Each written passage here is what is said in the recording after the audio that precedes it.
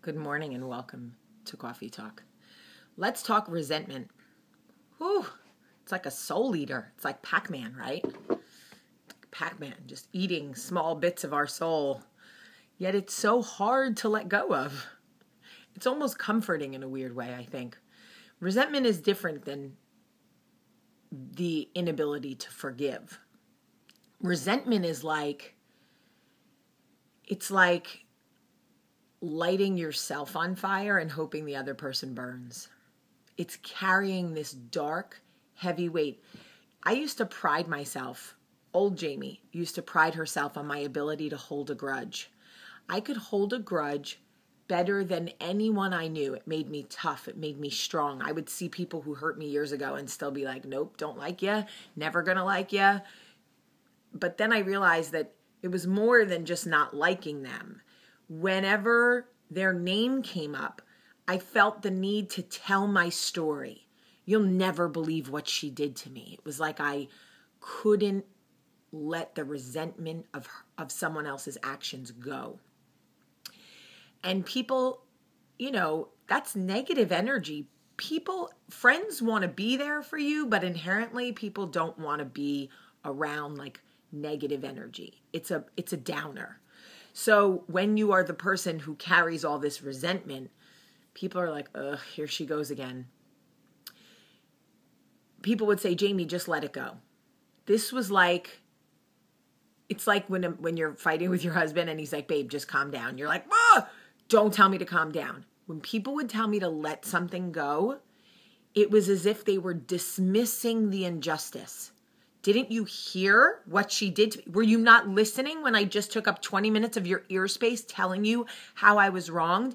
How dare you insinuate that I let it go? Until I did.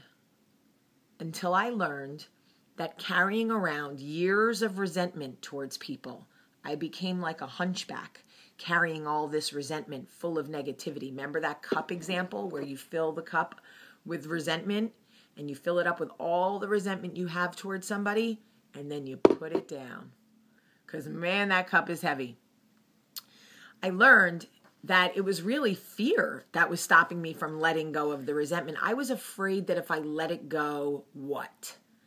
I don't know, honestly. I don't know if I was afraid that somehow they would think they got away with something, or that people would perceive me as weak, maybe, because then I was, my strong, my tough exterior meant everything to me. Now I'm a pussycat. And what we've just learned out of a recent coffee talk is you can't control somebody. You can't change somebody who doesn't see something wrong with their actions. So here I am carrying resentment against somebody who doesn't think they're wrong. So they're walking around with a crown on thinking they're right. And I'm hunchback of Notre resentment here, right? So angry and resentful while they're like floating on air. And I thought, this cannot work for me. This is exhausting and I want good posture. I can't be this person. So I started to imagine my life without resentment. What would that be like if I didn't resent anybody? Not necessarily forgiving them yet. Some people I weren't ready to forgive. But what would it be like if I didn't resent them? And let me tell you the most brilliant thing. About 5 months ago, maybe, I had a falling out with a friend.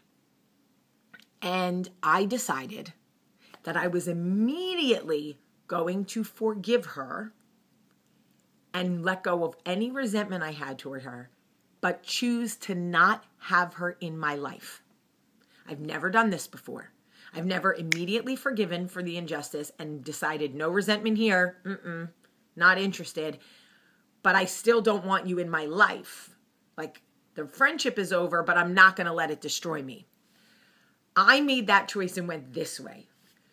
She made a different choice, and it destroyed her. I watched her self-destruct, and I saw my old self in her behavior. I finally saw what other people were seeing when I was spiraling out of control, seething in resentment and anger and frustration, feeling the need to tell everyone my story, subliminally posting on social media, basically losing my mind over the injustice.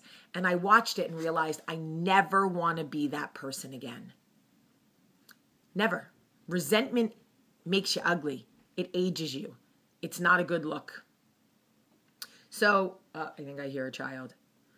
One of the biggest gifts you can give yourself is making the choice to say, you no longer work for my life, but I'm not going to allow this situation to age me, to ugly me, to cripple me, to emotionally cripple me. Like, take the resentment here, put it on you. You go somewhere, go to resentment land.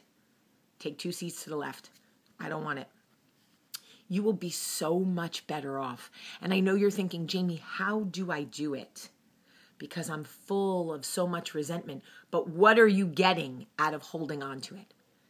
If you are full of resentment right now and you're afraid to let it go, comment here and tell me, what are you getting out of holding on to it?